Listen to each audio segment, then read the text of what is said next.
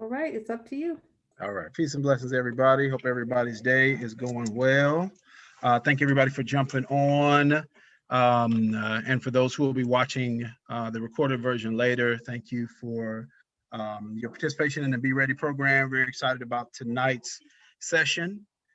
Very excited to welcome Renee Lamb, who will be talking about establishing an online presence, something that is absolutely critical, especially in these times, right? Be Ready was designed for underserved businesses who have been impacted by COVID-19 and the pandemic. And one of the ways to adapt and to adjust and to maneuver into, be successful in this time, or to at least make it through this time, is through online sales and adjusting to a changing environment. And so with no further ado, we're gonna welcome Renee to introduce herself and take it away with tonight's presentation. We will be having a brief break around 7:30. So just a heads up on that. And then we'll, if you have questions, feel free to put them in the chat, and we will make sure that we reserve time at the end to address any questions or comments at the end. Thank you so much. I'm so happy to be with you guys. I actually am part of South Phoenix community. I live here in South Phoenix, so I am one of you guys. A little bit about me. Actually, I own two businesses, but one of the businesses that I own help professionals to leave their 9 to 5 to start their own online business. And this is where I learned a lot about online marketing and what to do and how to help others to do it for their own businesses. So I'm going to go ahead and share my screen and start the first presentation. Again, put your questions in the chat so that we can get to them at the end. But I will engage you throughout the presentation. So I will say, give you a question, and I want you to respond back to me in the chat with a yes or no, whatever I asked at that time. So I try to keep you guys engaged, but major questions should be at the end.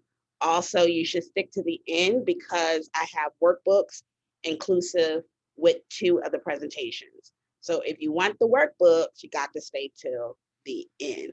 Can everybody see my screen? Yes, I can see it. Okay, so let me go ahead and start. So this is the basis aspect of online marketing, course 201, training and development. Creating a business online presence is the presentation that we'll be going over today. So let's define before we start what is an online presence. It's a company or individual that can be found online via online search. So if you have a website, you have an online presence. If you are a member of an association that has a member directory listing, you have an online presence. If you have a Facebook account or any social media, you have an online presence. So there's pretty much not anybody that does not technically have an online presence this day and age. We all have it in some capacity, whether as an individual or as a company, and some of us have both. So benefits of an online presence: it enhances accessibility because, we can't get out like we used to. So a huge reason to build an online presence is because your competition is probably building an online presence. If a consumer is able to Google your products or services in your city or town and you are nowhere to be found, then they have no way to find out about you. Having an online presence increases your accessibility for your clients and consumers. It's an effortless way for them to browse prices, hours, compare all these factors with your competition with a simple click. And we all do it ourselves. So if you have a business, if you're doing it for somebody else's business, somebody's doing it for your business as well. It garners a wider audience. It allows the customer to come to you. Even when you're closed, customers will still be able to purchase goods or services online. How many times have we been up in the evening, ladies, and we still go shopping, right? So this is why you need to have an online presence. Basically, they're doing the work for you, even when you're not working yourself. Enabling your business to reach the widest audience possible will only be beneficial to you and your company. And the best part is when customers like what they see, they're willing to share the news of your products and services with others, allowing these secondary customers to see that your site is up to date and will ensure that you come across as professional. It enables effortless marketing. Selling your products and services becomes an effortless process thanks to your online presence. Consumers will be able to browse your products and ensure that you're happy with their choice without feeling pressured by a sales associate or somebody following you. And as we say, you don't have to be there for this entire process to take place. Even at night, we do buy. Also, another benefit is see what works and what doesn't. So the great thing is you can see if you put a blog post and it blows up, you realize that your consumer, your client actually likes that content or likes that information. On the other side of it, you can put something out and it does nothing. You instantly know what will work and what doesn't work. So now you can pivot a lot quicker if you know that this is what they're craving and that they always go for this topic or this product, then you need to put your effort towards what's working and let go of what's not working. And you can see it very easy. Within a day or two, you kind of know which way it's going. So the top online presence tools is really only two. It's a website and it's social media. That's how you're going to have an online presence. Now, most people have one. Hopefully, by the end, you're going to get two. So let's talk about a website, Ron. A website allows you to go global and get visibility. Anybody can get to see your website. It helps you, again, to showcase your products and services to the world. It allows you to extend your visibility nationally and internationally, depending on what your product or service is. The web has no boundaries, as we well know. Once your website is live, it's available to your potential customers anytime, anywhere, even if they search on Google. It's the first contact with the client. How many times have we go and search things and we might not go to the store, we might not go talk to that person, but we're always going to go and come upon the website. The website is the first contact for your business. And for this reason, your site must be first and foremost know how to best represent the values and characteristics of your company. That's what they call it, branding. Not that I'm going into it, but that's what they call it. Your colors, your fonts, your tone. That's all what they're talking about, characteristics of your company. Your website also contains important and useful information for your visitors. Your visitors will be able to find out about your services, the rates, or make quotes online, and thus better visualize the projects with you. This is a real time saver for both you and the prospect. It improves brand impact. One of the things is when you have a website, you get to have a branded email. Let me say, there's nothing worse than when I see a card for somebody who has a business and it has Gmail or Yahoo. If you want to be taken seriously, you need to have it branded. And so your website should be your business name, or it could be your name. So what my business is, one of them is Renee M. Lamb, L.L.C. It's reneemlamb.com. So if you ask me my email address, one of them is renee@reneemlamb.com. So that gives you credibility when you're promoting your business or handing your cards or talking about it to your potential clients and or investors. It's a perfect place to showcase your company certifications or individual certifications, awards that you have received. A visitor spending time on your website clearly means that he or she is interested in your work. So showing any achievement adds credibility. So For instance, Cirilla, if you go out to her website, she shows you where she's talking about different things she has done. So you kind of see that she's getting out there, her business is being promoted. Her webinars or podcasts or things she's done. That's affecting her brand. That's showing her credibility. This also includes testimonial and reviews, and this adds to a potential client's impression of your business and the credibility of it, where we go to credibility.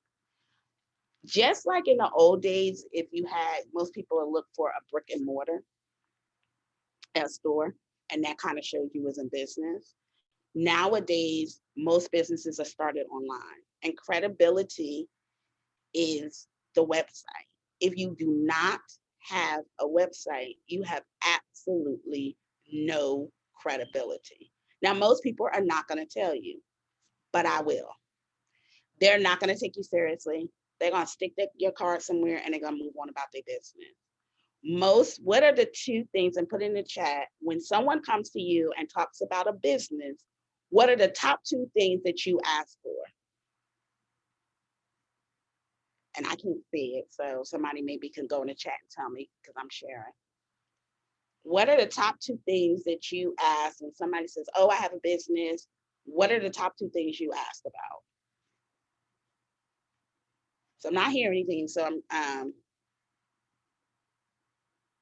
the top two things is, do you have a business card? And what is your website? Those are the top two things people ask. You get away maybe with not the business card. You're not going to get away with you don't have a website. And your website is not social media. Mark Zuckerberg owns Facebook, not you. That is not what you own. You are allowed to be on their platform. What you own is your website. That's your real estate. So if you're sending someone to social media, again, that doesn't show credibility. That's great to have, but the crux of it should be the website. So since I told you about the benefits, let's talk about crucial pages to have on a website, because there's certain things you want to have that will help visitors to go through a funnel or to purchase or to get on your email. The first thing is everybody comes to what? A homepage. So I took a picture of a piece of the top part of my homepage. The homepage is where all the action happens on your site. It's the first thing the visitor sees, and it determines if an individual is going to continue to browse or they're going to move off and say goodbye. When you're creating your homepage, don't think about what you like. Think about what your customer wants to see. It's not about you, it's about them. So from the navigation bars to the copy, the images, all helps to give a first impression of your business. So like I have here, people are happy. Most people are going to wonder why. Well, what are they jumping up and down for? I have a color that pops against the black, so it catches your attention. That's where you see colors. I also have something for you, right? And so I'm leading you to stay on and to get information. And you want to have your logo, like my logo is my name, Renee M. Lamb. There's my logo. And so this is just a glimpse of what you need to have. And really, if you don't do anything else, spend the most time on your homepage. Do not spend the most time on the page that they're going to go to next. They're never going to go to next if they're not going to stick here on the homepage. Another crucial page to have is an about me page. So again, I do have another business, so I'm kind of swapping between the two to show you. So you see the about page. I show you obviously a picture. Please have a picture of either you or your team on the about me page, because they want to get to know who am I buying from, right? So have some type of picture up there. I have a little logo that I say, a motto. I then go into a story about who I am, what my company stands for, What is it about me that makes my company stands out? If you also see on the side, I give you what I do. I ask to stay in touch with me. I give you a way to contact me as well. Okay. And so the about me is not necessarily telling my long drawn out story. It's telling a story that my customer will want to hear. My story is about relating to them on an emotional level or showing them that I have what it takes to solve their issue, right? So you want to craft it very strategically, your story. It's not really about you personally per se.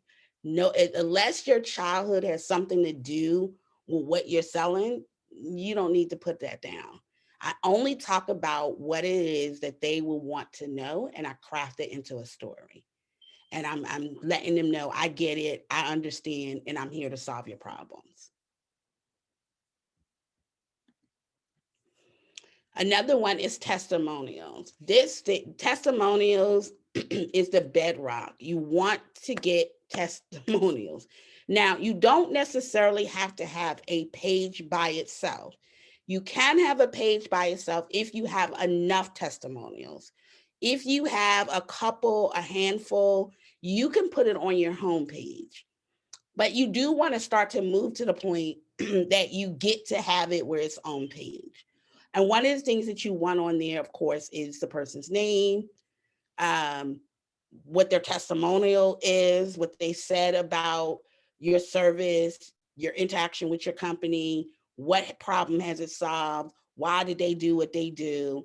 A testimonial is just not good job, I loved it. You want people to craft a testimonial to say that you solved their problems and that you was the person that they was looking for, because this is what future potential clients will go to.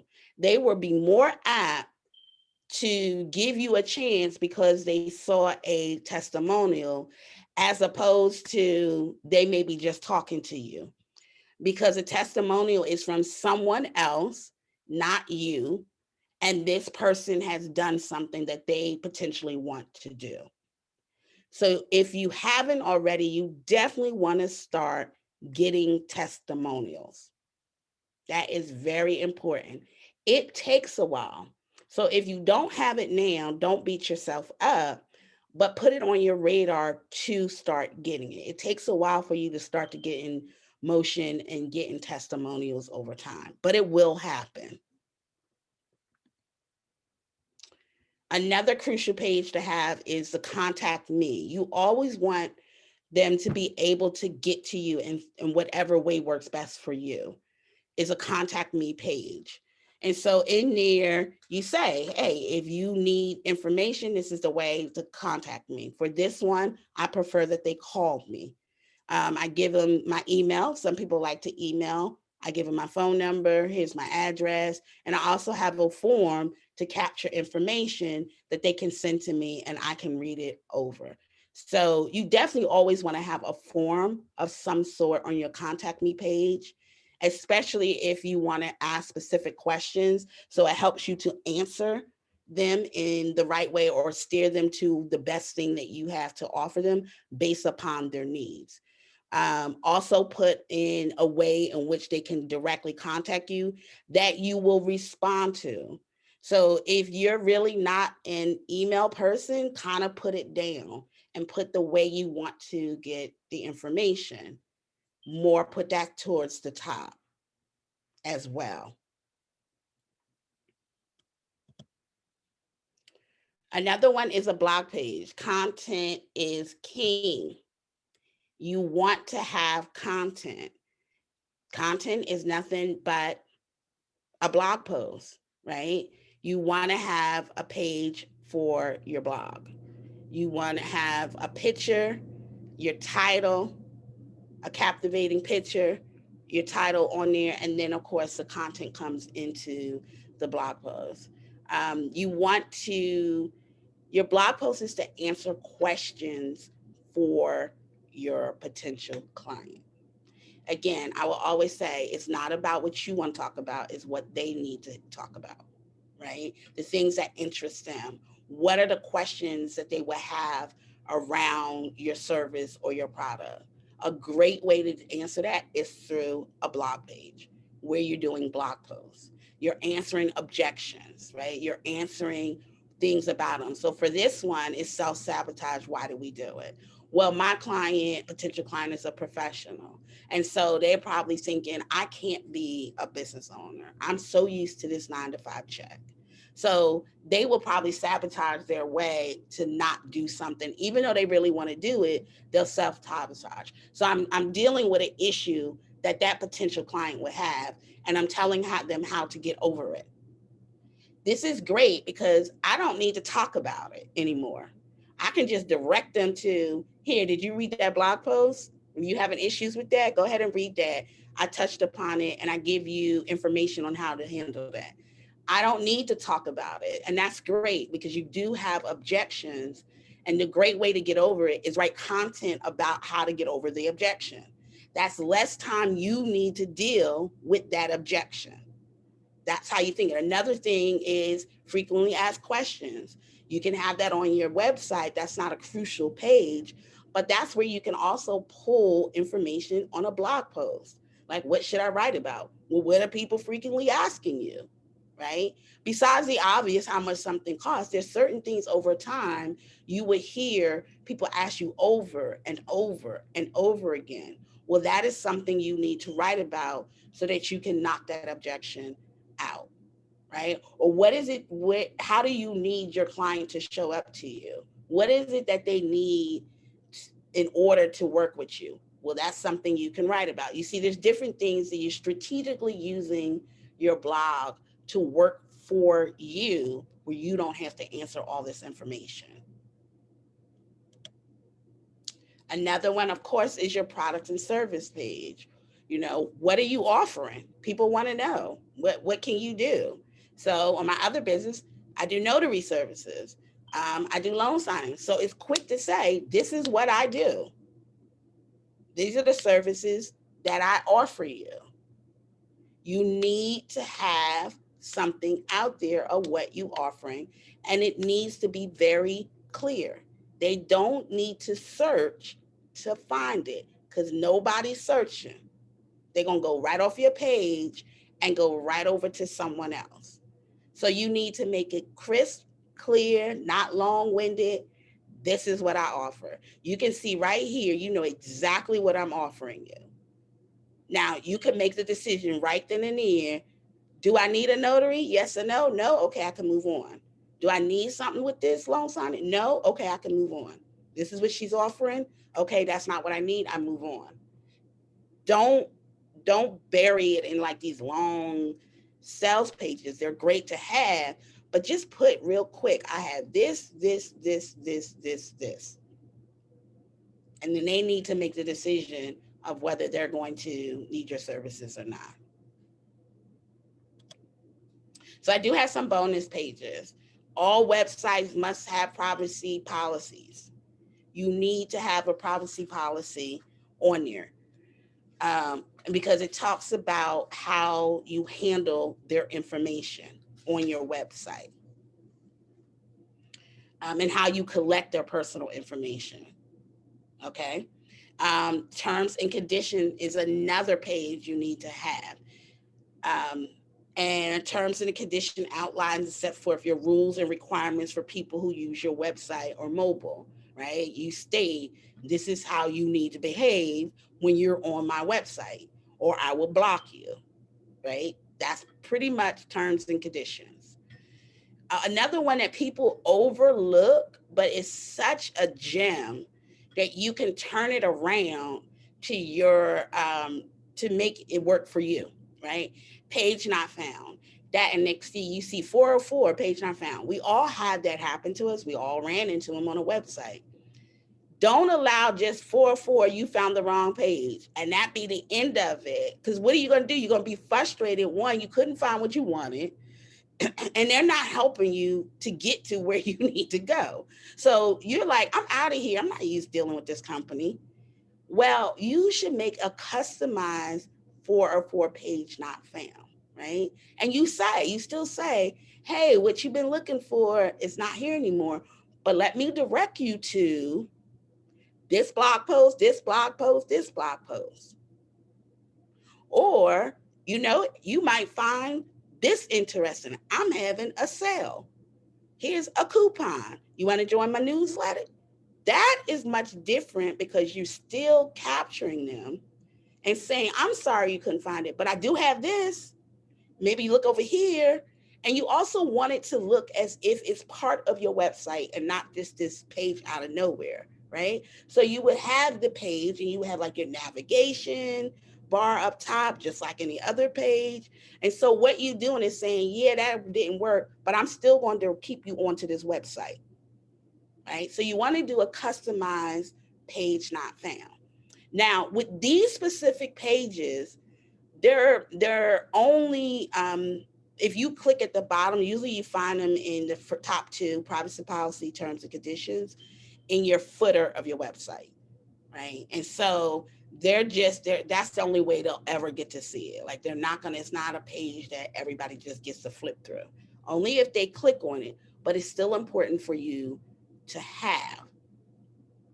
The page not found only works when there's a link that's broke or a page that was moved, and then it will automatically pull in your page not found. Now you might have to work with someone, a website person who handles your website, or if you into website and you know how to handle it, you would create your own page not found and make sure that's what pulls up and not the generic one that comes with websites. So that's a gem that you should not miss, and you should definitely want to put that um, in place when you get the opportunity to. And in the workbook that you would get at the end of this, you will find greater detail how to create these pages. I give resources on how to create a privacy policy, like a generator tool for that, for terms and conditions and information now. So that's what you're going to find. Okay, let's move on to top social media sites. So this is good, either brick and mortar, online, it doesn't matter. These are your top ones. Um, Let me just say, if you don't have time to set up any other social network, you better make time for Google My Business. You definitely want to have Google My Business. I did Google My Business for my second business. And I would say within a month and a half, my phone started ringing, because that's where Google My Business is. When you search for something and you pull up your phone and you might search for, I'm just going to use a notary near me, or anything you're searching for. The first thing that pulls up is the Google map. And right under the Google map, it has certain businesses that they believe, based upon your search, is the businesses that you would most likely want to deal with. And then after that, you start to see other web pages or, other companies. But that comes up first. That's why you want Google My Business, because your web page might be on the first link to it, might be on the first page. But if you do Google My Business and do it correctly, that's going to be on the first page and that's going to be up top. If you use that keywords, there's certain things you need to do. But if you have not done that, you don't take anything else besides a website, you need to have that. Google My Business is the next thing you want to have. And to this day, since I've done it for my business, I get a call and go out at least twice a day just because they pull my stuff up for Google My Business. So that's twice a day. I'm making some money. So that's what Google My Business does, right? Like, it puts you out there. The other thing, of course, is Facebook. Facebook has over 2 billion people on Facebook. So everybody's there. So definitely you want to do a Facebook biz page. There's a difference between your personal and there is a business page. You want for your business to have a business page. Now you can put your URL for your business page onto your personal, that's fine, but you must have a business page. That's what I'm talking about when I say Facebook. The other ones is Instagram. And Instagram is very visual, right? You see the quotes, but they have really been rocking it with the videos and recently with Instagram. And so you can do the visual quotes, you can show your product or services. And what people do who don't technically have a product, but they're more in the service, they've been more going to video, right? And showing kind of like the day in life of my business, or, behind the scenes kind of thing. And so Instagram, you can definitely showcase your business. Great for testimonials, especially if you have a video testimonial. Honey, you better go ahead and put that out there everywhere. That would be great for your business to have someone else talking highly about your services, right? You can put that out there. We have Twitter. Now, Twitter is it's great for connecting with your consumer, and to also see your competition, right? But Twitter moves fast, right? But the thing is, 9 times out of 10, anything you see on the news or TV or trending, you're going to see it first on Twitter. And then everybody else picks it up, right? Everybody else, like, then it goes to Facebook, then it goes to this other site, then you hear it on the news. But Twitter had it first. So it's great for you to see what's on topic, what's going out, and to see what hashtags, what's trending, that kind of thing, within the realm of what you do. Does it have something to do with what you do? Then you can get in on that conversation, right? Because that is the thing with Twitter. It gets it first, and then it goes out to everybody else.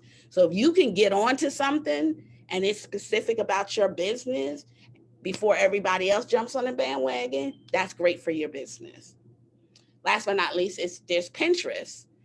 Pinterest, I actually love it. It's great if you have content, right? We talked about the blog posts. Pinterest is great for that. If you have content, you definitely want to be on Pinterest because your content has a longer shelf life. It is not uncommon for you to have what they call a pen of like a blog post, and it could be 6 months to a year later, and then it just all of a sudden blows up. That is not unheard of on Pinterest. You're not going to find that with Instagram. You're not going to find that with your other ones, that months later that it catches on or it revives itself. It has a longer shelf life for your content and for people to get to your content. So if content is your thing, Pinterest is definitely where you need to go. And Pinterest has one of the people who are on Pinterest have a very high salary. They're more going towards the six figures that are spending time on Pinterest. So you might want to take a look at it because we all want people who have money to spend. So go take a look at Pinterest and see where you can fit in because those people have money on Pinterest. So check it out.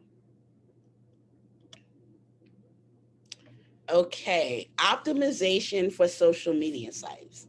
So I told you what the sites are. You get to pick which ones you want. That's based on best for your business.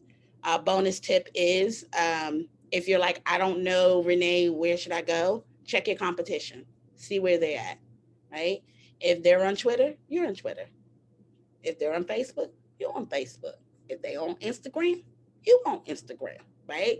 Wherever your competition is, that's where you need to be. But also the next layer to that is where is they getting the most engagement on? They might be on it, but pick the one that they're getting the most engagement. If you notice Facebook is where they're getting the most engagement, then you know you need to definitely be into Facebook, right? So that's a tip on how to find out like which one should you pick for your business if you're not already there.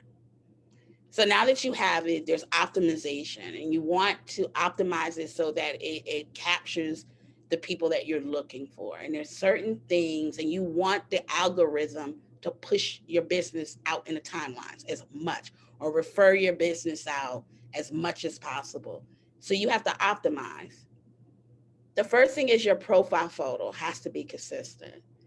Let me say, I don't care how handsome or cute that selfie is of you.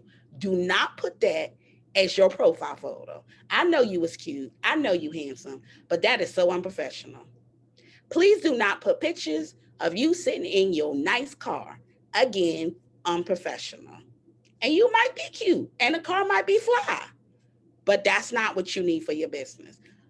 I don't care if you're selling cars or not. You still don't. You want a professional headshot for your profile. And whatever that headshot is, if you on Facebook, I need to see that headshot. If I go to Twitter and you there, I need to see that headshot. In anywhere they allow you to have a headshot, I need to see that same headshot no matter where you are on the social media sites. Now, if you choose to not do your headshot and you want to do a logo, your logo, then that needs to be consistent as well. If you are a small business, I would tell you do not do technically a logo. If you're, I take that back. If you're going to consumer, you definitely want a professional fit picture. If you may be going to another business, you decide which way you want. Whatever you decide, make it consistent, make it professional. Handles. So the handles are like, I use Twitter, like, I'm at the @ and for me it's job exit strategy. You want your handle again to be consistent across it. So if you go to Facebook, it's job exit strategy. You go to Twitter, it's job exit strategy. You go to Pinterest, it's jobs exit strategy. Because once I can put that one handle and be like, go anywhere you want, that's my handle. You'll find me. The only one that you cannot do that with, and I suggest you don't, is LinkedIn. LinkedIn, you should use your name because most people will find you on LinkedIn by your name. They're not necessarily going to be looking, and you only have a profile. You only have one profile. So I would highly suggest you use your name for LinkedIn. That's the only caveat. Keywords to profile. Keywords are so important, right? And so remember, you want to be found, and keywords are based upon what people search. So I'm gonna give you an example. You own a restaurant that serves Southern cuisine and you are located in South Phoenix. That's the example we're using. What would be the keywords? So some of your keywords would be Southern cuisine. Somebody would search for that. I'm looking for Southern cuisine. South Phoenix restaurant. Fried chicken in South Phoenix. And yes, I have done that. Because I had a taste for fried chicken and I didn't want to go nowhere else. Right. Like literally, I was like, fried chicken near me in South Phoenix. Southern food near me. Those are keywords, right? You want to have that in your profile, right? Like, so in your profile, you would, with your menu, right? You would make sure you have fried chicken, macaroni and cheese, Southern cuisine, right? We the best Southern restaurant in South Phoenix. I just did a sentence, but I put all them keywords in that sentence. I just did the whole keywords, right? In that sentence, because that's what people are searching for. So you want to know what would people search for if they wanted to find me. Another example is I'm a mobile notary. Mobile notary near me. Mobile notary in South Phoenix. Notary Public in Arizona. You see what I'm saying? Maricopa County. What will people search for when they're looking for what you have to offer? Those are the keywords, and those are you want to incorporate when you're talking about your business. Because when somebody goes to Facebook and says Southern cuisine or goes to Google, because it's in your profile, it's gonna pull you in. Link to other social media accounts, right? So one thing I would say is I have social media accounts everywhere, but that doesn't mean I'm on all of them, right? There's usually one or two that I'm going to focus on, right? So I want to link you kind of probably back to what I'm focused on. I'm not on Facebook a lot at all. Personally, professionally, I'm just not on Facebook. What I want to do is kind of push you back into where I'm at in LinkedIn, right? Or push you over to Twitter or push you over to Instagram, right? You want to link so they might see you because each platform you show up differently, right? We said that in Instagram, you're visual. So they're going to see a different aspect of your business than when you're on Facebook, than when you on Twitter. You show up differently depending on what the platform is. So link to other platforms and specifically link to the one that you're the most active on. Reviews or endorsements. I know I'm going to sound like a broken record, but some of these things you start to hear me say over and over because they're just that important. Reviews, everybody want to know. So, how many times have we asked our friends, have you been there? Well, what did you think about it? Well, did you like it? Well, what did you order? Well, what did you buy? Right? We always do that. We're always asking people to a review from someone who has dealt or purchased is answering that question because they want to know from somebody else and not you. Because I'm not going to tell you my business bad. That ain't ever happening, right? They know that. I'm not going to be like, well, really, I'm really don't do well over here. That ain't going to never happen. So they're really like, well, I'd rather talk to somebody else who had experience and could give me honest feedback. That is what reviews and endorsement does for you. It gives you somebody that has already dealt with you and so you solve the problem and it's not connected to you in a personal way, right? That's why you need reviews and endorsements, right? You need someone saying, yeah, they're really great at this, right? They're a great speaker. I went there and I was blown away, right? That's what you want to hear. Other people want to see because it makes them feel like, okay, maybe I go ahead and give it a chance. And every field filled out in your bio. Don't do half bleep, right? That does not look well for your business. If you don't have the time to fill it out, don't do it at all, is what I say. Fill it out because you are rewarded in any of the algorithms when you have all the information in the sections. They will push you out a lot more as opposed to if you have one or two sections filled out because it doesn't look like you're really doing anything, right? Get as much as it filled in as possible, right? The about me section, the website section, the phone number section, the location section, all of that, fill it out as much as you can. Don't worry about being perfect with it. You are going to enhance it as you grow in your business, right? So done is better than perfect. Right? Now, I'm not saying just throw anything up there, definitely take some time, but don't get into perfection. Just make sure it's done. And as you grow, you will start to revamp it, make changes to it, enhance it as your business grows and as you grow. But get it done so you can start getting out there and getting your business known. A pin post. So I use Facebook as a good one. At the top of your timeline, you can, and this is, I'm dealing with a Facebook business. You can go ahead and pin a post at the top of your timeline, right? And so it just stays there. So no matter whatever else you post afterwards, it will go under the pin post. Now, your pin post, again, we're going to be strategic. It's not about that, oh, I found that funny. Who cares? Nobody cares.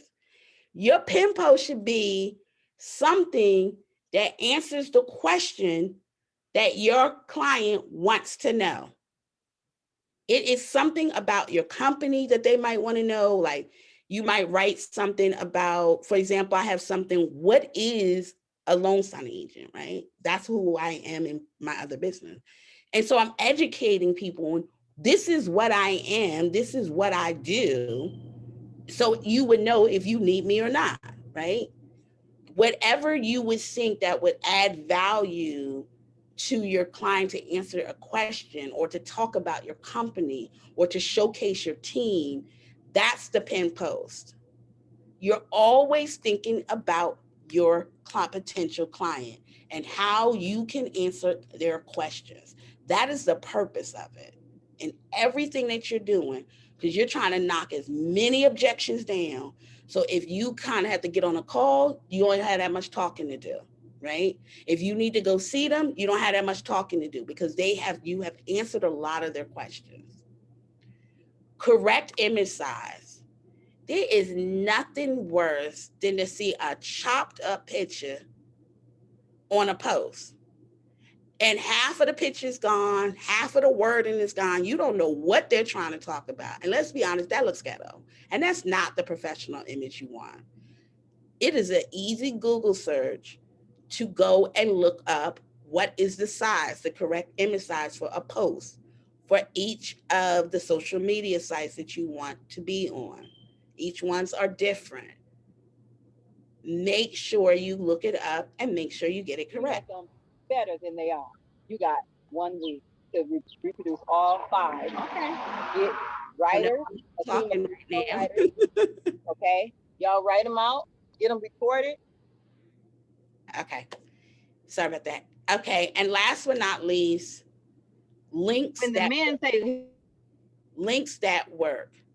We all have, it happens to the best of us that you click on a link and we might have moved the page or we took it away, or it always happens. But every so often, scrub and go through your social media and make sure your links work. Because again, if a link doesn't work, they're going to leave. They're not going to go and be like, well, let me go see if I can go to that website and see where it is. That does not happen. So every so often, just check your links and make sure they go to where you need them to go, right?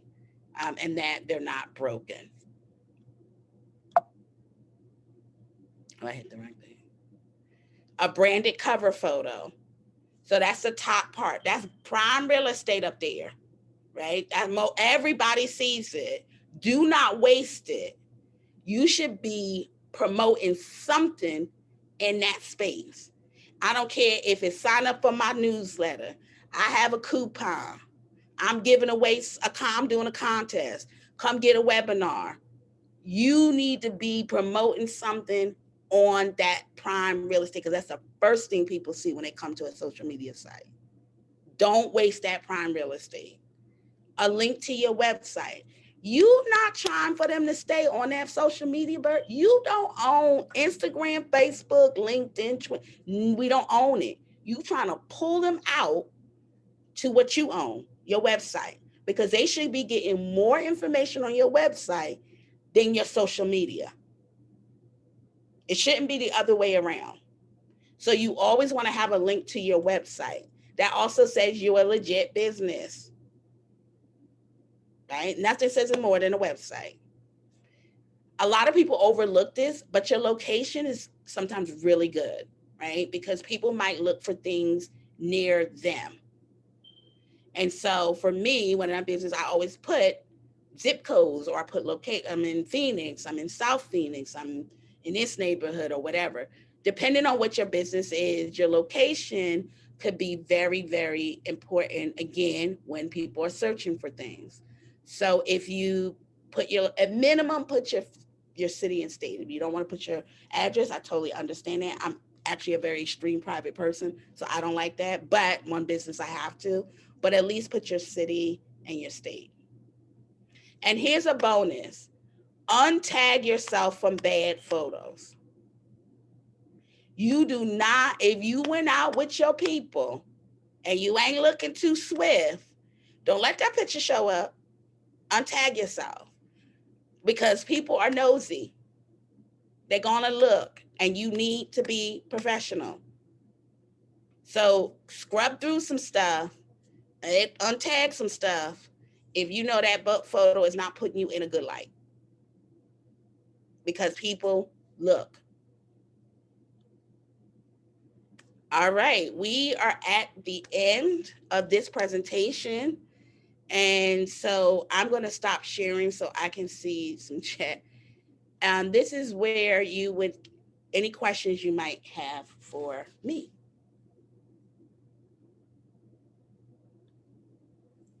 I don't have a question. This is Sri. I have a comment Yeah. about what you said about LinkedIn. I actually got a client who just put hashtag project manager. He's in Connecticut, and my name popped up. So, because I was talking to him, and I was like, so, who referred you? Because I wanted to say thank you. He said, oh no, I just put hashtag and then put in project manager. Your Mm-hmm. name right up. I was like, well, wow. I was like, my social media is doing pretty good in LinkedIn, right? LinkedIn has come a long way with hashtags. They didn't do it as much before, but they're doing it now. And so when you go and put the hashtag, and then you can also do like a search, and you can do location if you want to drive it down. But yes, they have done very well with hashtags. Yeah. So just so you know that actually stuff does work. So I was like, woo, I was so proud of myself. It does work. It does work. Definitely. Especially, I would say more LinkedIn than anything, honestly. Mm-hmm. It works more than I've seen anywhere. Even though you use hashtags on Twitter, but if you're really getting people to really work with you, LinkedIn actually is better with it. Mm-hmm. Yeah. Say I that. LinkedIn is totally much better. agree. Yeah. And then also what you said about your website, because I remember when I first started out, I was broke. I was right behind you. So at first, I think like a couple of months, I just kind of used my LinkedIn social media just for the website, but I was quick to get my website up, even though it was okay, but it was the basics, but at least I had a website up so Right. that that they can find. Because I heard one person say, if you don't have a website, you don't exist. Exactly. You have no credibility. I mean, honestly, think about it. And I know I'm very blunt, but if you say to me, I asked you your website, and you like, oh, sending me to Facebook, you're not getting me. I mean, I'm gonna be very kind and pleasant, but I'm gonna walk away like I'm not doing no business with that, right? Because it actually gives me some that you have a business. If I can go and look and see about you, see what you're offering. Again, I talk about terms and conditions, right? Private, how you handling stuff, right? Because that makes me feel comfortable. But if you go off of Facebook, I ain't fooling with you. I, I'm not buying nothing. And the people not gonna say it, so I'm gonna say it for everybody that not gonna say it to you, right? This is what we here for, to talk about. They brought me here to tell you the truth. They brought me here to tell you what it's really about. People are not gonna tell you, but I'm gonna tell you, they not fooling with you at all. And I mean, you can get away with not having a business card. I know how to get that. I know how to do that line. I'll be like, darn it, I just went, it's coming in the mail. I just ordered a new pack. Now you can use that line, but you can't do that with the website. So please have a website. Please. And I do have a workbook that takes you, for this one, I have two workbooks. I take you through the checklist of optimization on all social media sites, and I added some bonus, even the ones I didn't talk about. I added YouTube, I added LinkedIn, um, and something else, and I can't remember for the life of me. But I have a checklist of like, these are all the things you need to do. And I also I did a workbook specifically for your website, and I go through it and say, okay, what's your headline? What's your subheadline? What's your call to action? This is your homepage. Where's your pictures? Where's your image? And you need to go through that workbook and write through everything that I'm asking for.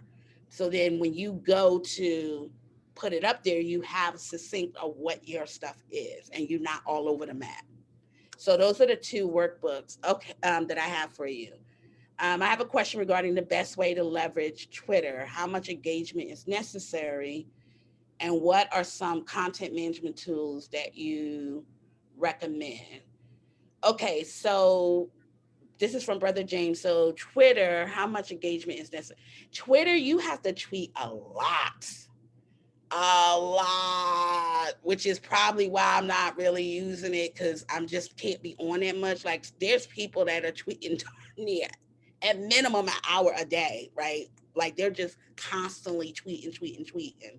So keep that in mind when you want to deal with Twitter, that you're going to have to use a scheduler. That is the best way to do it, and just pre-schedule it at least a week at best, right? If you can, the more you get content, the more you can go further out up into a month kind of thing. So you want a scheduler. Hootsuite. I hope I said it. You got what I said. It's good and it's free but it gives you limited, but it's free. Free. So go to Hootsuite. I'm always going to give you free, and then I'm going to give you paid. And what are some content? So what are you looking for as around content management tools? Like, where can you find content? No, actually, you just answered for me. So like, Okay. Hootsuite is like a content management tool, like where I have a content calendar and I can schedule out in advance. Okay. So I was trying to figure out what you use. Like, but some people use Buffer or Sprout Social. I was trying to figure out what your thing was. Those are money. It's not bad, but if you trying to conserve money, and see, here's the thing I say, just because I can don't mean I should, right? I'm that kind of girl. I can have a whole bunch of money, but that don't mean I should go buy this big something just because I can do it. If you just starting out on it, go free till you get your rhythm, until you get what works, what doesn't work, right? To see if you really want to do this. Is this helping your business? Go free first. If you find that it is adding value to you and you are getting something from it, like they going to your website, they signing up for your email, until you getting something from it, don't pay for it. That's what I say.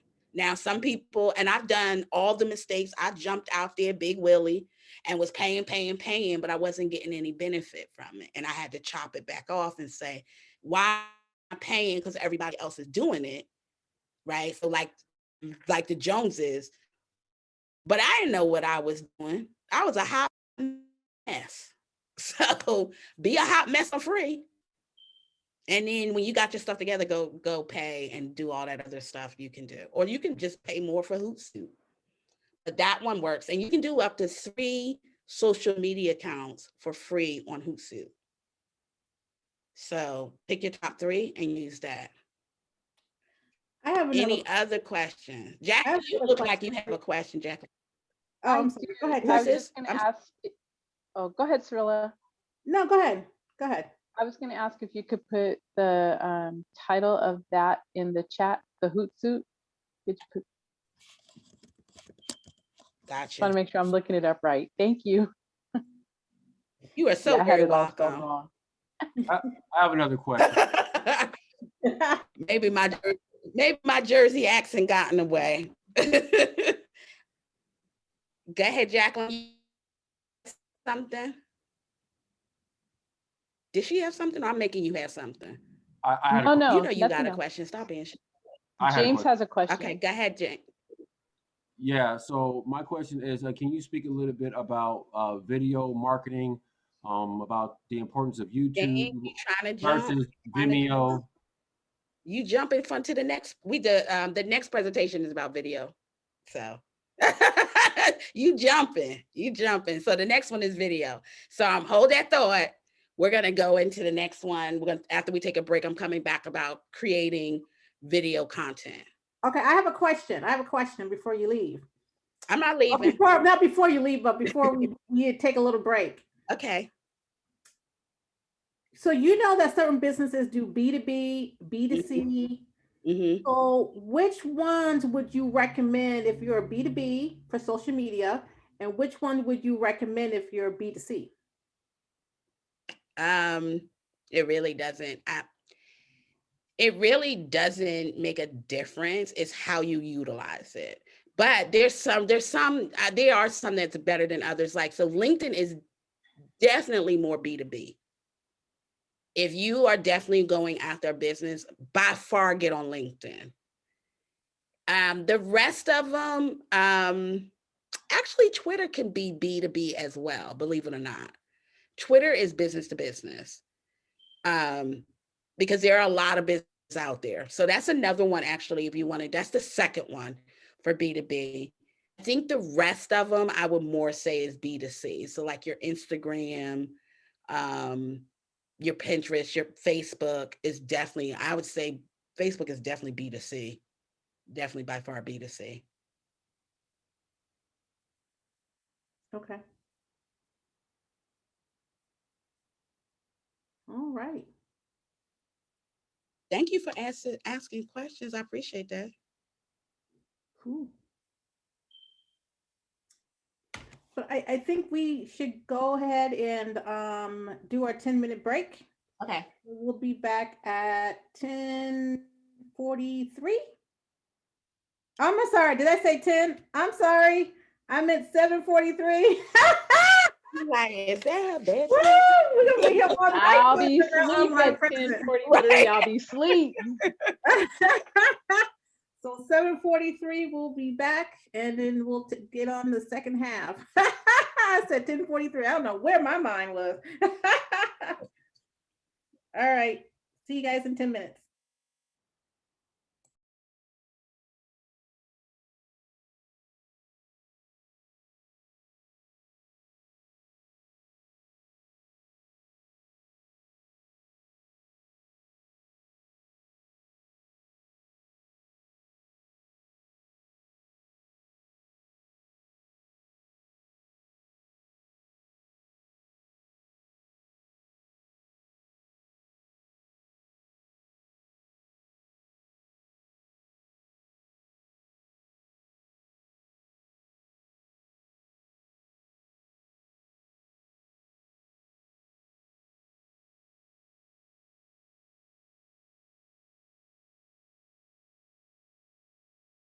Okay.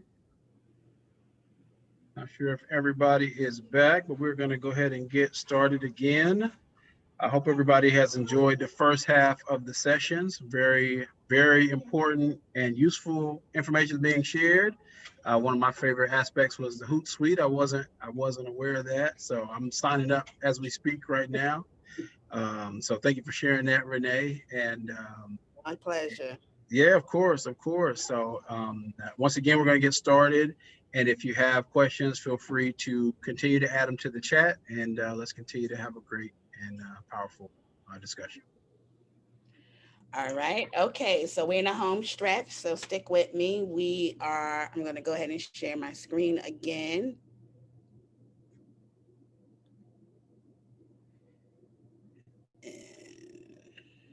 All right. So again, basic aspects of online marketing. And we are creating video content. So we're going to get started with that.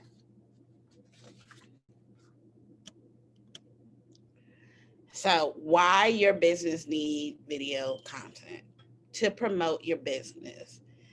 You use video to promote your business on social channels and communicate your new normal to customers. We're in COVID, right? What does that look like? How has it changed in how you interact with them, right? And a video is a great way to convey that, right? So that's one way. Connect with your customers. Video content will allow you to stay connected with your customer base. For example, you can create a 30-second Facebook video that shares your business story, explains why you started your business, explores your motivation. I mean, there's so much you can do with video. You can do Ask Me Anything or live Q&A, but it allows you to connect with your customers. And just as simple as, it's a difference when you connecting with me when I turn the video on, when I do the presentation, and you actually get to see me, my mannerisms and how I talk and what I say, as opposed to when I just have the picture, right? There's a connection when you can see someone. This is position yourself as the go-to expert. They said how to cut your own hair increased by over 730% worldwide. People are looking for how to do things. People are looking for someone to teach them something that they might not have before, maybe overlooked, and now they can, right? I know I'm one of those people. You know, I was at one point trying to cut my own hair. Now I'm just letting it go for what it knows. But, you know, people are looking for it. So if you have the expertise on how to do something, they're going to see you as the expert. Advertise, advertise, advertise. That's what video can do for you. And it's free, right? Like, I know you guys did, somebody talked about Google Ads, and that's really good. But video, you can advertise and it's free, right? You can put it on just about every platform, even with Pinterest connects to YouTube. So now they're bringing in video into their content as well. So it's free. It's advertising your business every time you're putting it out there. So what is the main purpose of a video? The video has, you can do all three or you can do one of them. But a main purpose is solving a problem, adding value to the viewer, entertaining the viewer, right? You can do all three and at the same time, or you might just be into, this video purpose is going to solve a problem. And that's what I'm doing. Or I'm gonna add value. How to use people? You might ask, well, what does that mean? That means that maybe you're introducing your consumer to a new concept they never thought about. Like they're like, oh, I didn't know that. Oh, that's something new. That's adding value to them, entertaining. I remember a while back now, but there was a dentist that was doing funny videos, right? And because nobody technically likes going to the dentist, but they were doing funny videos, and that was a way of entertaining and making fun of his industry in a sense and what they do, and that made people watch it. You don't think he got business? Absolutely he did. Absolutely he did. So like I said, you could do them all together or you could do them individually. So types of videos to create. Explainer video. And this is good for the early discovery stages of the buyer's journey to educate buyers about your product or service and illustrate why they need it. It's good for generating leads and nurturing prospective customers. Sometimes you hear explainer video referred to as a product explainer, right? Like you're explaining how your product works. Or you might explain how this service works, kind of thing. They're high level look at how something solves a problem. It's not the minutia, right? It's not down to the nitty gritty. It's just like really high level of like if you have a blow dryer and this blow dryer can, dry your hair much quicker. And then they show you hit it this setting and boom, boom, boom, and it's done. They're not giving you all the different other features. It's just really high level. Okay. And explainer videos have the high potential to be shareable content. Like people will share an explainer video to others. So that's one thing. That's one. How-to videos. I know I look at them all the time on YouTube, right? On things that I want to learn how to do. And this is good for like if people are looking and discovering and kind of searching around, and you, especially on YouTube kind of thing, right? You want to look and see, how do I do X, Y, and Z? And these are one of the most popular ones, like how to do something. And this is also good because remember I was talking about, we always looking about how people search, right? How to videos is great for that, right? Because people are searching for something. So you would kind of do your title, like, how do I, tie my shoe? How do I, paint furniture? How do you make that your title to a certain degree, not that exact wording. And people are searching for that, right? So that how-to videos is very good if you can incorporate that in your business. Company culture video. This is another great video, right? People want to know, what is your company culture, right? What is it? And even if it's just you still have a culture, right? You still have a way in which you handle your business, right? There's certain things that you do. And so people, like I said before, on Instagram, they do like behind the scenes, right? And they show you their office, or they show you a day in the life of X, Y, and Z, right? That's real. That's a company culture, right? That's their company. They're showing you what their life looks like. And so that's how you have to think about company cultures. And so if somebody likes that, then they would be more apt to want to engage with your company because they like how you handle your business, right?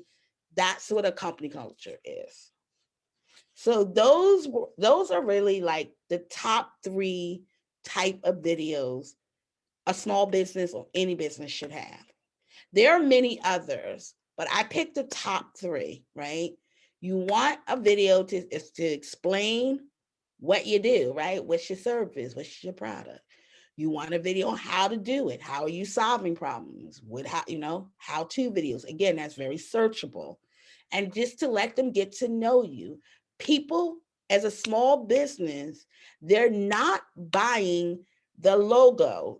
They are buying because they have an interaction or emotional connection to you. They're buying from you. Leverage that to your advantage, right? You have big companies, you're not going to really see, not too many times, the CEO making videos, right? We don't know, half the time we don't even know who they are.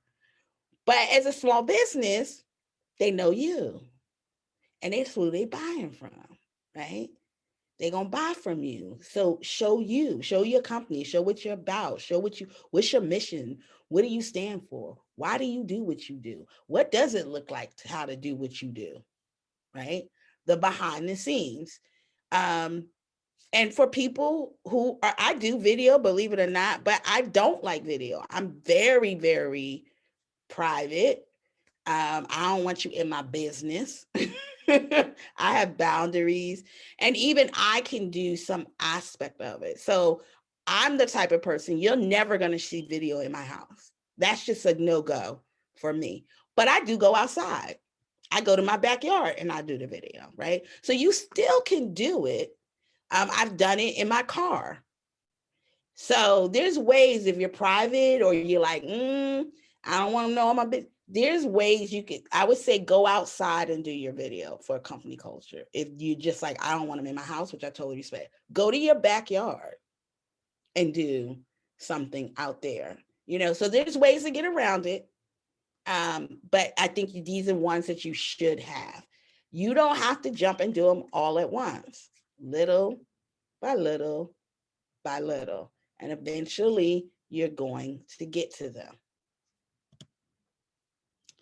So this one is video format. So there's different ways you can do the type of videos, the 3 videos I discussed, right? So there's live actions. Now, live action, the best way I can say it is, how these teenagers are always filming what's going on, right? Unfortunately, sometimes they film in like a fight or something. That's literally live action. Like they're filming what's going on in wherever they're at. That's live action. Then there's talking head. So like you just see me talking to you, that's a talking head. I'm looking in the camera and I'm talking. That's a talking head video. And then there's interview. So it might be you and another person. It could be you and many people. And you're the host and you're interviewing different people, or you're interviewing that person. There's the interview type of format. And then we had animated. So that's like 2D or 3D animated videos or like the typography videos, whiteboard, you see how the hand goes, those videos where it does the hand kind of thing and etching, that's animated in a sense. Or you have sometimes where you have the two people talking and the bubble comes up kind of thing, that's animated. And then you have text overlay. And so it's like, usually you have music and you're showing something, and then the text is what really is doing the talking, right? Like the person is not talking, you're not talking at all. So you're showing them, what's a good one? I was going to say, I think, is it Tasty or something sometimes? It's one of them where they just show you and then they just give you the words and then you just follow through. That's what a text overlay is. There's live streaming. So you go on live and it's very similar to a talking head, right? They're very similar, but it's like you're live, right? You're in the moment. You're not scripted. You're just going on and you free going and you saying whatever you have to say. Now you see a lot of that in Facebook. YouTube does have it. You will see that in there, but Facebook is known for people just going on live and just saying whatever they want to say, I guess because they're bored, but there's live streaming. And then there's screen sharing. So technically I am screen sharing. The only difference is you would not see anybody. You can either see just you if you want to, or you could just see the screen and then you're just talking and they never see you. Either or, it doesn't matter. But basically you're sharing a screen, a presentation or whatever, or sometimes you're sharing your mobile, whatever it is, you're screen sharing. So those are the video formats. So recap, you know the type of videos, right? I gave you the 3 types: the how-to, the explainer video, the company culture. Now, this is the format, like, and which way are you going to present that video out to the people? These are different ways you can do that. So now we're going to move on to the structure, right? So it's like, okay, what do I say? So we're going to go step by step of the structure of a video. And so there's the hook. And a hook is like a short promise. It should answer these questions I'm about to give you, and it should be no longer than 20 seconds. And the shorter, the better, right? Like keep it short. And so you're basically answering the question of why should they watch the video? Why stick around? What's in it for them? And I kind of did a hook for you guys. In the beginning, you need to stay on because I got 3 workbooks for you. In order for you to get it, you need to stay to the end. Hook, right? Because now y'all like, I want them workbooks. So I actually did the hook in the beginning to say, I need you to stay on because I'm going to get you something at the end. And if you leave, you ain't getting it. That's the hook, right? Or what pain will you be solving? Or what are the benefits for them to be on the video, right? So it doesn't necessarily have to give them something. You might be saying like sometimes outrageous, like, do you know that you can teach your cat how to use the toilet bowl?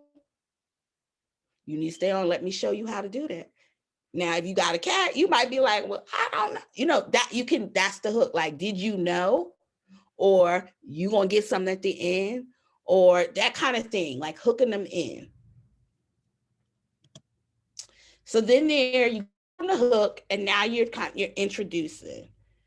Your introduction should be announcing the presenter and perhaps their credentials, along with a quick overview or summary of the content you are going to cover.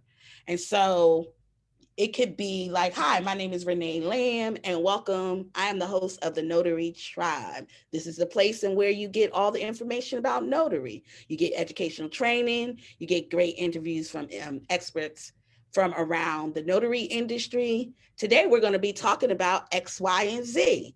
Now, you know you want to get all your pen and pad out because you want me to drop them gems. Are you ready? Are you set? Let's go. That's an introduction, right? I said who I am. I said what the channel is. I said what I'm going to tell you about overall. This is what I'm talking about. And today, this is what you're going to get. Get ready. Get you hyped.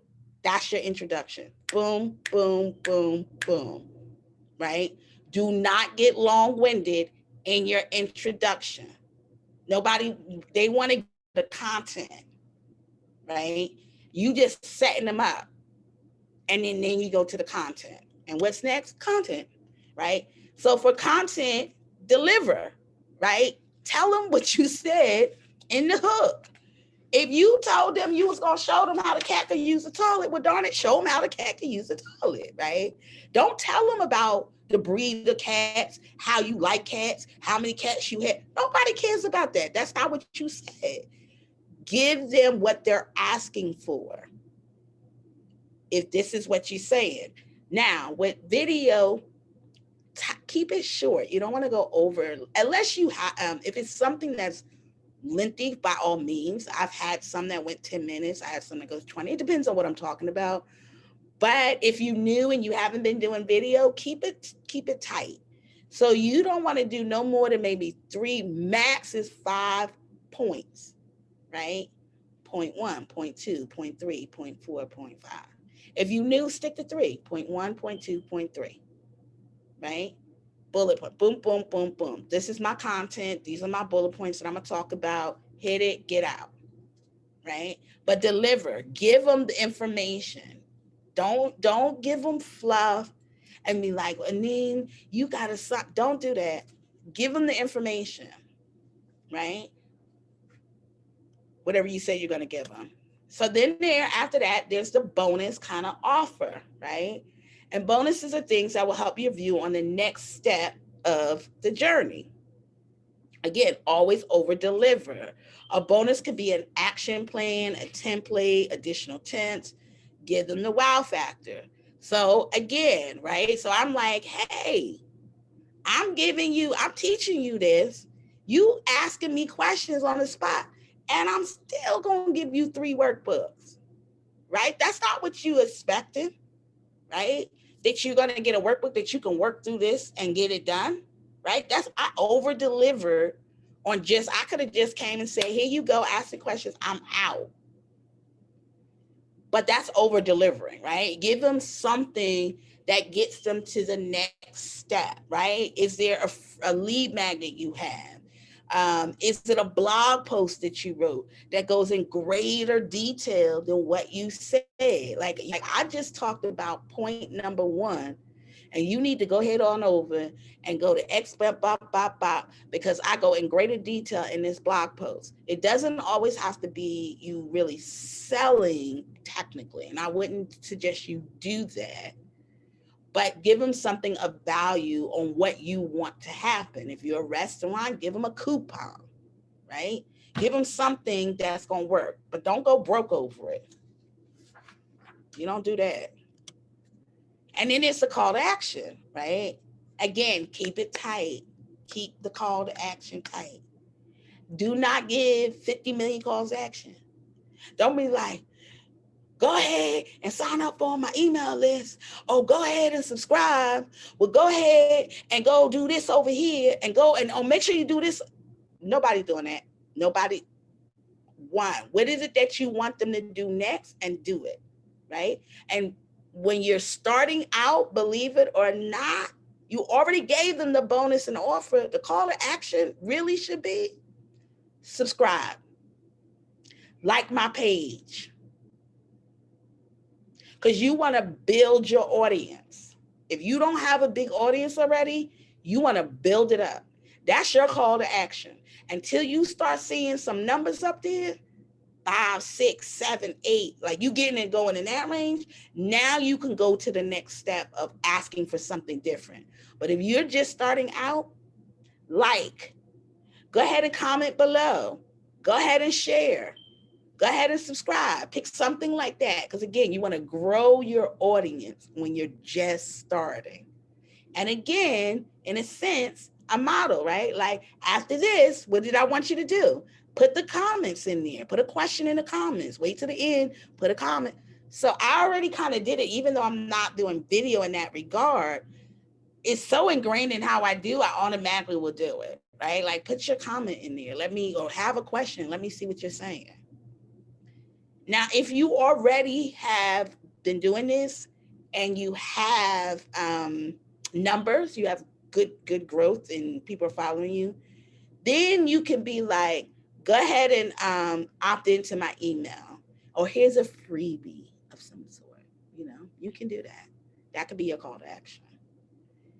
Only when you have been doing this for a while, you have great following, you got people buying, do you then go and say, go ahead and buy this.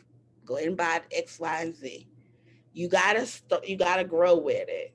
You gotta grow with it. If they don't know you, they're not buying from you. I don't care what it is, right?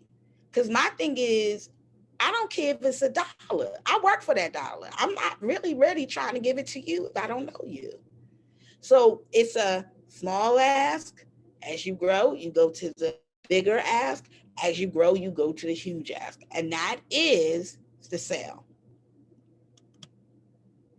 So let's talk about, so that was video structure. That's it. That was the end. Hook, introduction, content, a bonus or offer of some sort you want to get to them, and a call to action. It is just that simple. And if you start to, now that you know what the structure kind of looks like, when you start looking at videos from others who are doing it, you'll start to pick up on it. You're like, oh, they're doing a hook. Oh, they did the introduction. Oh, that's what that looks like. That's the offer. Oh, that's the call to action. You start to pay attention because people are following a formula. All of them are following a formula. If the formula works, I suggest you follow the formula, right? It's a variation of what I just gave you. Now, some people might add in a little bit more to it, but they are giving a variation of just what I just gave you. The secret's out. This is what they all doing. So video equipment. Everybody has a smartphone. You don't need to go out and buy unless you choose to. Use your smartphone. And the way these smartphones are now, they're really good. So light, sun is the best light. Everybody trying to, all these artificial lights is trying to replicate the sun, the light we get from the sun. So if you can get out and, you know, sit and open your windows, right, and just and get the sun to come in, that's your best light. Or you can get lamps, right? Pull in some lamps, pull in the so you see me, it's dark outside where I'm at. I'm just, you see where I'm looking, it's light, right? It doesn't look that it's dark outside. I have a overhead light. I got a light in front of me. I got a light on the side of me, lamp on the side of me. But it's dark outside, right? So you can do video. I'm doing video and you don't know that. And then there's video editing.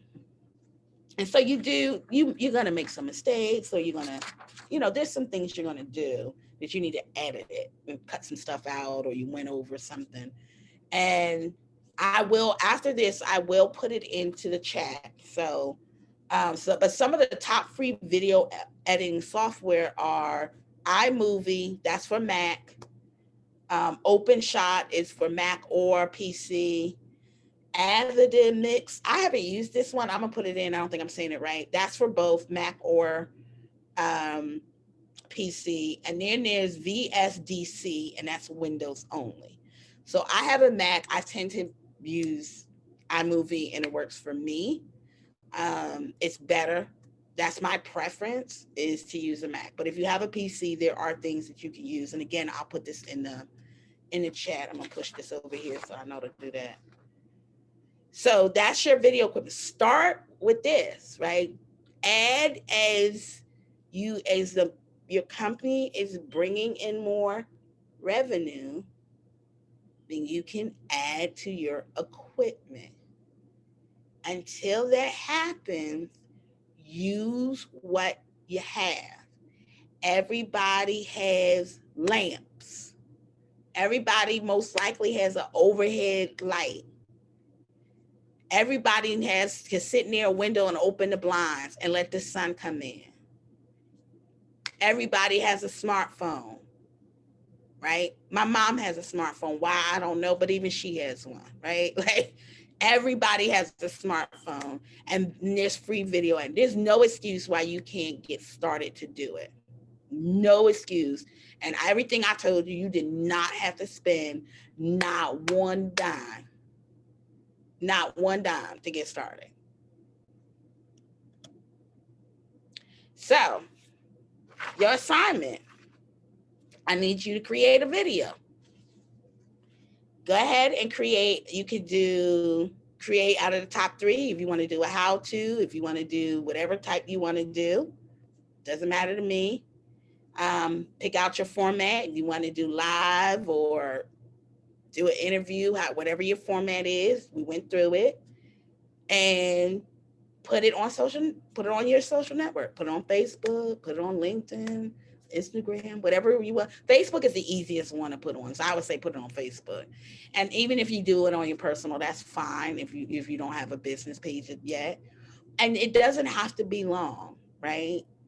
But do it. And when you do it, make sure to tag Phoenix Local Organizing Committee. Make sure to tag them, right? Because you learn this from them having me come on. And I'm sure they would love to see the videos you make. And if you want to, now I don't go on Facebook often, but if you guys are going to do it, I start to pay attention to Facebook. You can tag me, right? Renee Lamb, Renee, tag me in it, and I'm going to comment, I'll share it, I'll push it out. I have no problems in doing that for you guys to get your business out there. But tag Phoenix Local Organized Committee. If you want to, you're more than welcome to tag me, and I will definitely push it out to all my peeps and both businesses that I have. I'll do the thing for you. So by all means, feel free to tag me in that video so I can do that for you. So who thinks they're going to go ahead and create a video? Come off of mute real quick. And if you're going to think you're going to create a video. Ain't nobody going to create a video. Y'all don't want money. I'll create a video. I'm creating one. Oh, y'all like being broke? Okay. I couldn't get to my mouse in time. I'm sorry. Okay, I'll do it. Being broke out here in the streets. Me too. Okay. Yeah, I am at the end of the video. Create a video, because like I said, I definitely want to promote you guys however I can to promote you. And so, but video, if you're not doing video, you leaving money on the table. You're leaving money on the table. All businesses are doing videos. You even got like United Healthcare, Cigna, all of them are doing videos. Get it, and video, if you think video's going away, you got another thing coming. It's not going anywhere, because we have a whole 2 generations that don't like nothing to do but get on a video. They don't even know how not to get on a video. Like they don't even understand what that looks like, right? My generation, I tell people I came into college with a typewriter and I left out with a computer, right? That's my generation. So I understand that. But these generations, they I'm going to the bathroom. Let me show you that. I'm taking a shower. Let me show you that. You'll be like, oh my God. But that's not going anywhere for them, right? Video is here. It is not going anywhere. And I'm telling you, you will lose money if you're not doing video. You will be losing money. People want to see who is behind what you're selling, especially if you're a small company, right? Especially, you can get away with a big company, but you cannot get away with it with a small company. You're going to have to do some type of video. And you don't have to do video all the time. Maybe start out slow, right? Maybe do 2 videos a month, right? And that's all you do and you promote the heck out those 2 videos, but start. So what questions, I'm going to stop sharing. What question? Thank you, Brother James. I love compliments. I receive and accept all of it.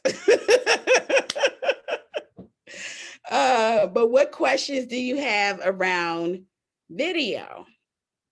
Well, let me ask this question. Who has done video? Okay, Ellie, you've done video. Okay. Yeah. We're Anybody else? just starting to experiment with like reels. I've been hearing like, since that's the new thing on Instagram, like it's good to use that. So we're experimenting with them right now. Here's the thing, have fun. Yeah. That comes across, people will overlook mistakes if they see you having fun, right? Laugh at yourself. If you make a mistake, it is not the end of the world. Actually, people are looking for authentic people. Right. Especially in this pandemic, right? Mm-hmm. They was really looking for it before, but now they're looking for that authentic. People are craving connection. People are craving connection in any capacity that they can get it, right? Because you got to think about, we've been locked down for a year, right? And we really didn't go out and see loved ones or really been around our friends like we really used to. So if you can come in and give them that authentic you make a mistake, laugh it off. It ain't no, people gonna laugh with you, right?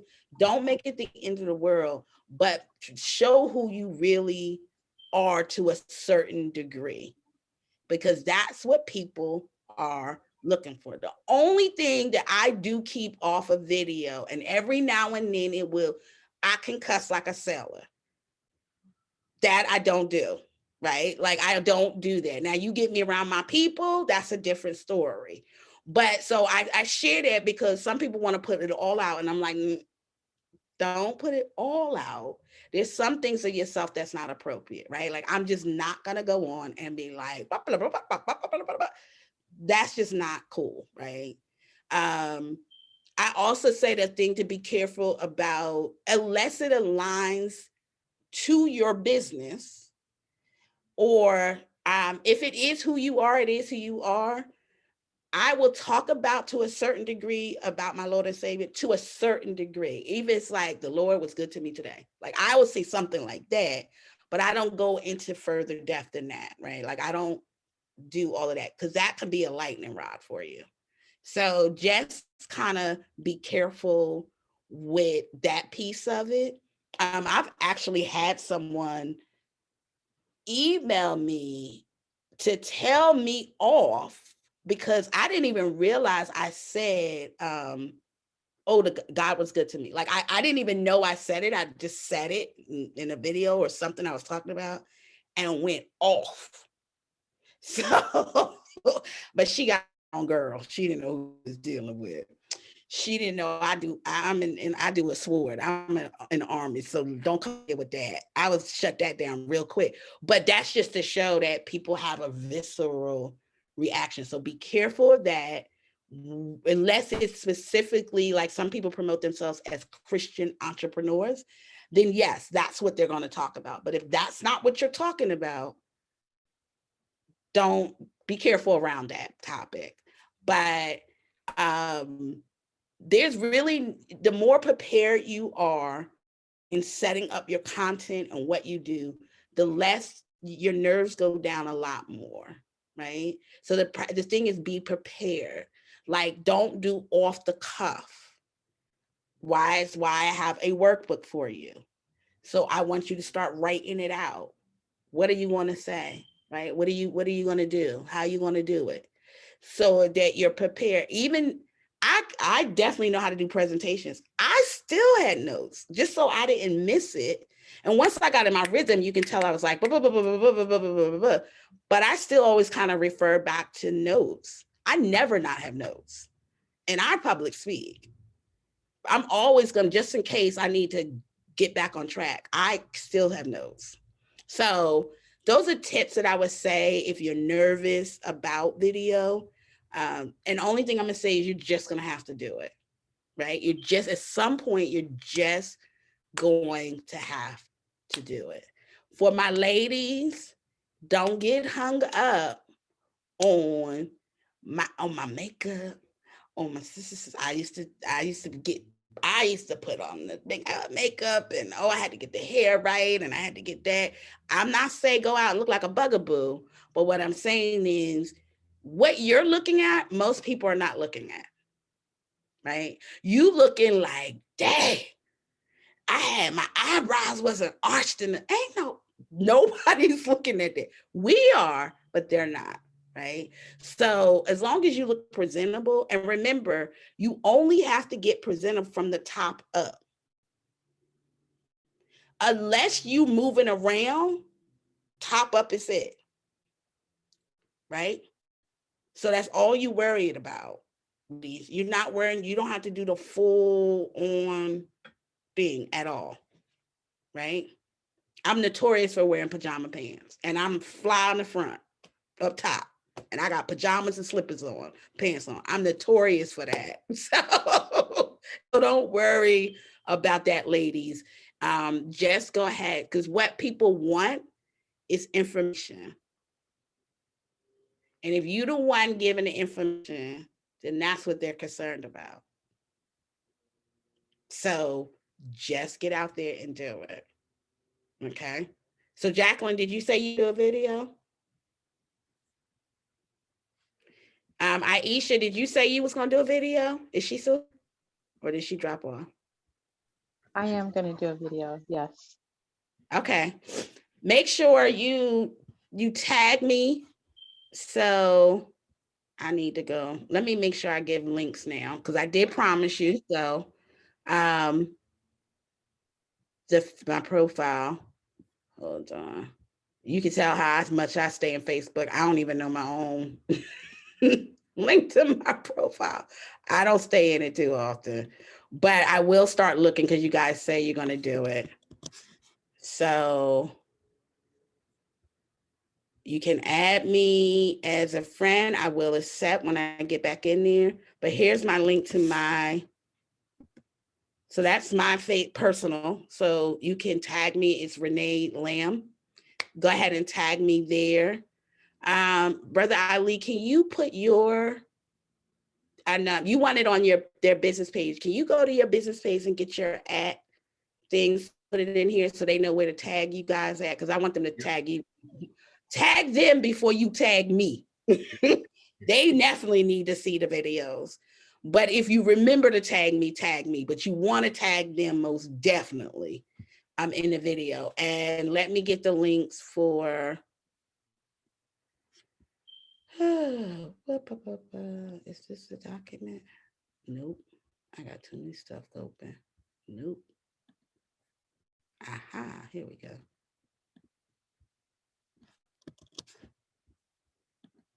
Okay, so as I promised, I think I put it in. Here are the links.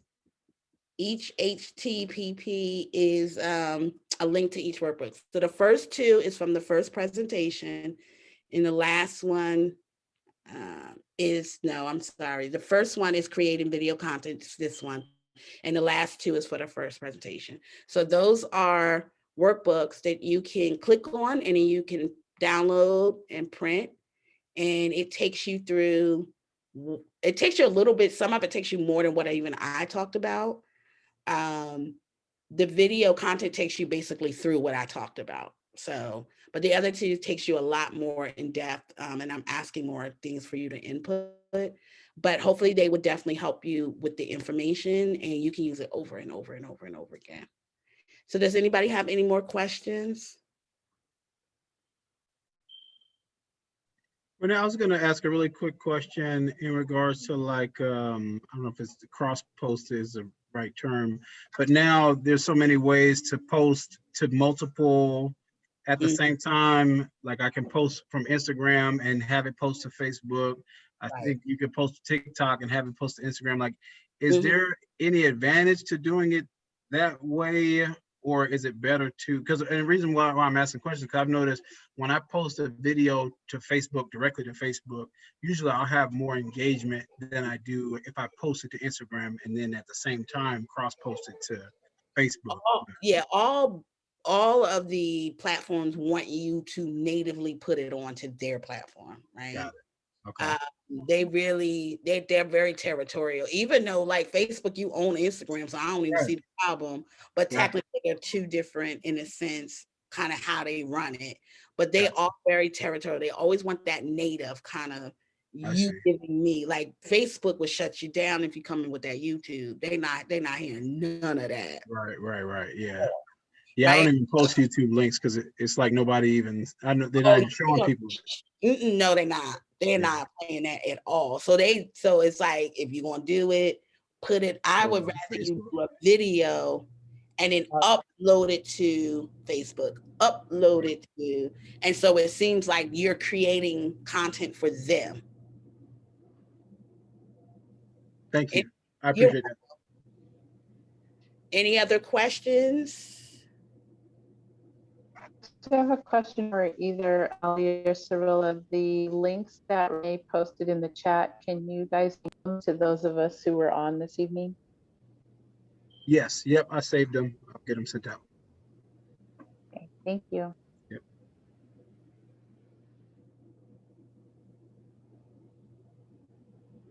All right. Well, if you don't have any. Okay. All right. I think the last thing we have to do is do a poll. So we want to know how we did tonight, if the information was good. So I'm going to launch a poll. And the question is basically, overall, how would you rate this webinar? So let's get some feedback on the webinar and what the information that Renee posted, told us today in 2 hours. And let's see how we did. So I'll keep this up for a minute or so. Thank you, Renee, for joining us tonight. Thank you for having me. I thoroughly enjoyed presenting to you guys. Whether I am in South Phoenix, let's definitely, now you know who I am. So let's connect and see what we can do out in these parts of South Phoenix. Absolutely. Is it okay if I get your information from Cirilla? Absolutely, you can. Okay. All right, we'll do. And I've been knowing Renee, I don't know, I guess when I first started my business, maybe the second year. So we've been knowing each other for a long time and, growing our businesses and, partnership and doing all that good stuff with her. I do have an upcoming podcast coming up with her. What day is it, Renee? The 23rd. Oh, girl, we gonna be it's for Roku. They say I say it wrong. Fire TV, and we doing it for podcasts. I be doing it out in these streets. Well, Cirilla actually was my first person that I truly, really, really liked when I came to Arizona in 2015. So she's actually my first friend in Arizona. And I met in project management. So I am project management based like she is. I just went the other way. Yeah. And that's another thing, Renee, also is just collaboration as well, right? So, if you have a video that you're doing, invite somebody that like, invite Brother Ali and interview him and what he's doing, right? That's how you guys can collaborate, to both promote your business, right? So if you're looking for ideas to do a video, right? Because sometimes the how-to videos, sometimes you just run out of like, topics, and it's like, oh man, what am I gonna do today? Okay, let me call Renee. Renee, you want to do a podcast real quick? I got some questions to ask you, right? And don't think that what you do, somebody doesn't fit. Because I called Cirilla, was like, look, you doing project management. I'm talking about notary. Make it happen. Figure out how it works out. Because I need to get you free advertisement, and I need to get you in here. Talk to people. And she's like, all right, I got it. I can see how I can fit it in. And most people would not have went and said, well, she does project management. You talking about notary over here. I'm like, no, we gonna make this work. You gonna figure it out, and we gonna get you popping over here, right? So try to know your business so well that if somebody comes to you, you should know how to finagle and work into what they're doing. You come to me, I will figure out how to make it work. Trust me, I will. Or I'm gonna go to that other business I got, and that's gonna work it. I'm gonna figure out a way, and it's gonna work. So think about it in that terms. Don't always say no so quick. Take some time and think about it. Because once I told her, oh, we promoting you over here, she was like, yeah, I work.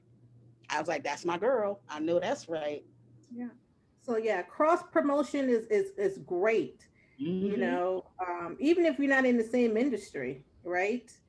You just never know what that video could do for you because you're interviewing something else. Guess what? What is your competition doing? You know, is your competition doing that? Or are they still doing the same old boring kind of stuff? I don't know, something new, you know? Exactly. And you don't always know everybody's skill set. Like you guys didn't realize I am a certified project manager. I just don't do business in it.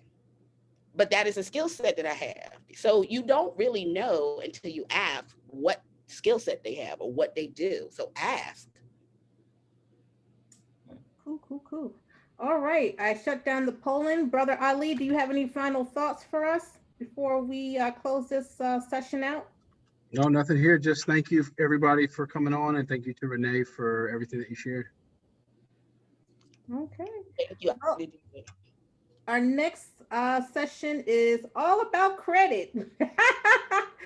It's such a fun topic. So, you know, how we need credit, right? Because if we want to get access to capital, that's one of the things they're going to pull is your credit report. You know, how do you fix it if your credit's not too good, right? And what does all these numbers means?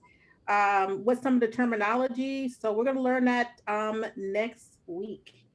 So thank everyone for coming, and we will see you next week. You guys have a good night. You do the same. Good night, y'all. Yeah.